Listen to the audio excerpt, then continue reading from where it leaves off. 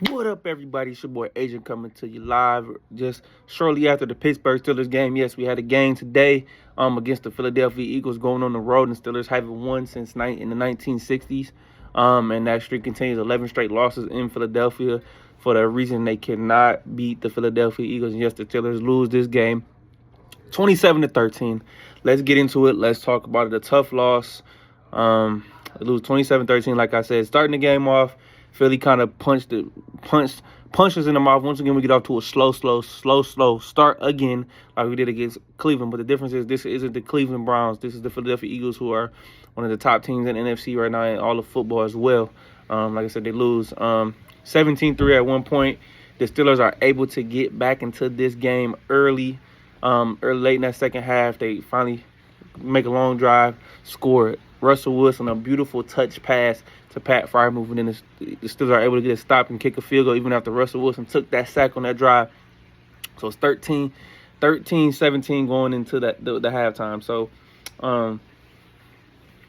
couldn't ask for more. They kind of bounced back, but early in that first quarter, there was a series where the Steelers looked at Jalen Hurts scrambling, T.J. Watt another strip sack on Jalen Hurts. Recovered the ball. This is 6th of the season. He's led the NFL since he's came in. I believe he's 33rd career for forced fumble. So he is a man of mission.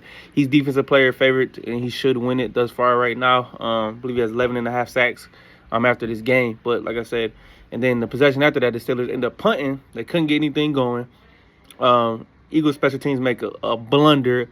Fumble, and Steelers get the ball right inside the red zone. Steelers are driving. Najee Harris makes a nice run, gets a second down, and then there's a scuffle fight. Darnell Washington blocking Darius Slay into the stands, and then all what happens is punches thrown. It's a fight, whatever.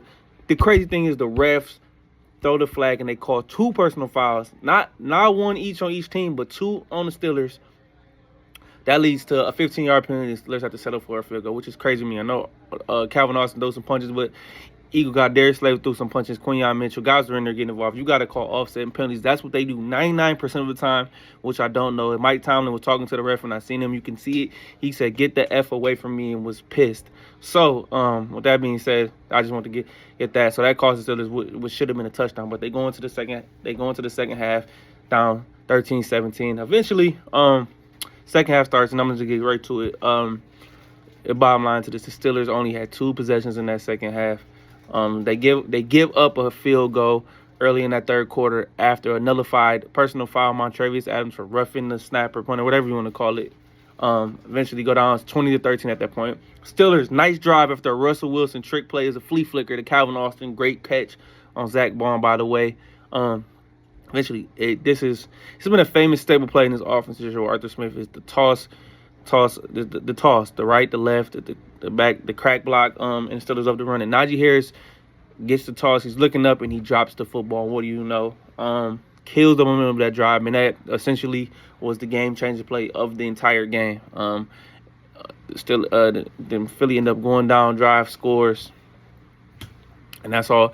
And that's all pretty much she wrote. Then another possession in this game. And again, the Steelers had the other position they had. They were driving on the ball. They had a long distance to go. It was like 4th and 6 after a couple penalties. They decided to punt, and it was a little under 9 minutes left. They punt. It was a personal foul that ended up pushing the Eagles back. I thought the Steelers were going to get the ball back, but the Eagles eventually run the entire clock out, and the Steelers do not get the ball again. Quick thoughts. So the Steelers lose 27-13, 2 possessions in that second half. They only scored 13 points. They don't score in the second half. I said it's a tough place to play, but what are you gonna do? What are you gonna do? I come into it, I didn't expect them to win this game. I thought it was gonna be tough, and it looked like that.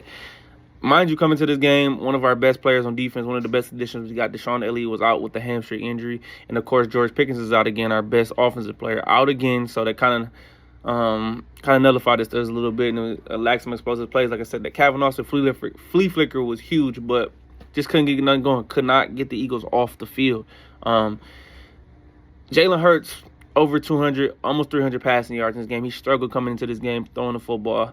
They killed the Steelers with crossing routes and quick slants routes. That's pretty much everything. A.J. Brown is one of the best receivers in the league. So physical. We just had nothing that we could do to stop him.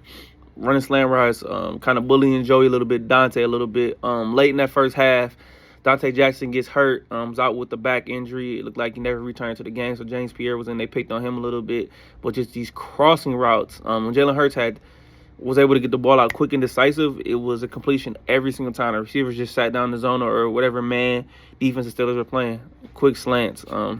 Just cooked us all day, all night with those routes. That they could really do. So nothing deep, nothing explosive. It was just chunk, and just tick away. And the Steelers got to improve on that. T.J. Watt gets hurt late in this game, with Mike Tomlin's addressing as a lower ankle injury. Hopefully it's nothing serious. He was walking off on his own power. Didn't like he was hobbling. Nick Farabaugh, one of the guy reports on the Steelers, said no crutches or boots in the locker room after the game. So the good sign. We're going to need T.J. Watt. We're going to need Deshaun Elliott. We're going to need George Pickens. Hopefully he can play. We'll know more about that Tuesday when Mike Tomlin does his press conference. But it'll be an accelerated week, like I said, because they got a quick turnaround. They got to play on Saturday this week. At Baltimore, which is a huge game. But the Steelers did clinch a playoff berth already, fourth in the last 5 seasons. I believe the Chargers got smoked by Tampa. But with that being said, the Steelers, if they go to Baltimore this Sunday and win, they can win this division, seal it up. So everything's on the line. Good thing with this loss, it was an NFC team and not an AFC team. So that's good for them. So everything that they want to reach for is still within reach. Everything we need to do. Like I said, it was a tough place to play. Your best star player is out. But I'm not going to make no excuses. Excuse me, they could have been better. The Steelers were outplayed in a ton of categories.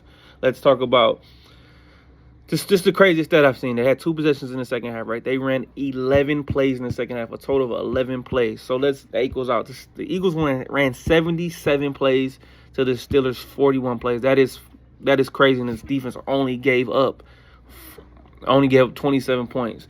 Then you tack on the Eagles outgained the Steelers 401 to 163. On top of that, Eagles 10 for 17 on third down, with the Steelers being 3 for 10.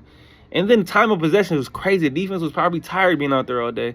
39 minutes and 52 seconds for the Eagles, 20 minutes and 8 seconds for the Steelers. Like I said, we need to get George Pickens back. So these stats, the Eagles just ball control and just nothing we could do. Like I said, tough place to play. On a nice little win streak, but like I said, the goals are still in sight. Let's get everybody healthy. Let's get these guys back to ready to go. We'll see what Mike Tomlin has to say Tuesday. But I want to give you guys my thoughts on the game. Like I said, I thought pass rush did an okay job. At the secondary, like I was banged up. There were some miscommunications, but we just did not do a good job of jumping on these short routes. I think we should have did a lot more man press. But A.J. Brown is just a beast. But Jalen Hurts slant, crossing route. So when we gave him time, the slant was there underneath. And then there was a huge play early in that third quarter where I don't think Patrick Queen had the best game. He missed quite a few tackles this game. There was a play on third down. Jalen Hurts drops it off underneath the Kenneth Gainwell. Patrick Queen misses the tackle, but Joey Porter, too, also messed up because they were supposed to seal the middle and not let Kenneth Gainwell split the two of them and get that first down. They ended up getting a touchdown off the tush push, and that's pretty much unstoppable. So that being said, like I said, tough loss. Goals are still in sight. Still at 10 wins right now, but like I said, this was going to be a gauntlet. At Philly, at Baltimore, coming home against the Chiefs for Christmas, I'm sorry.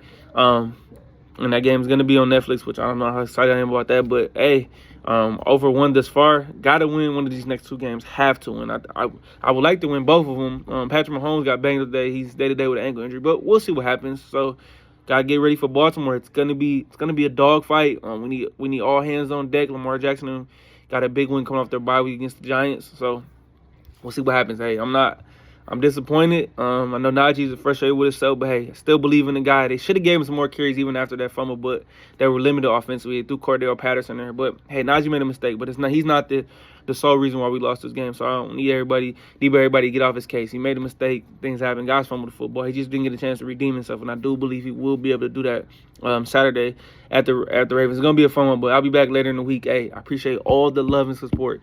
Go Steelers, wave those terrible towels. Don't forget to like, subscribe, love my video. Hey, give it a thumbs up. I appreciate all the love. Hey, it's your boy Adrian, and I'm out.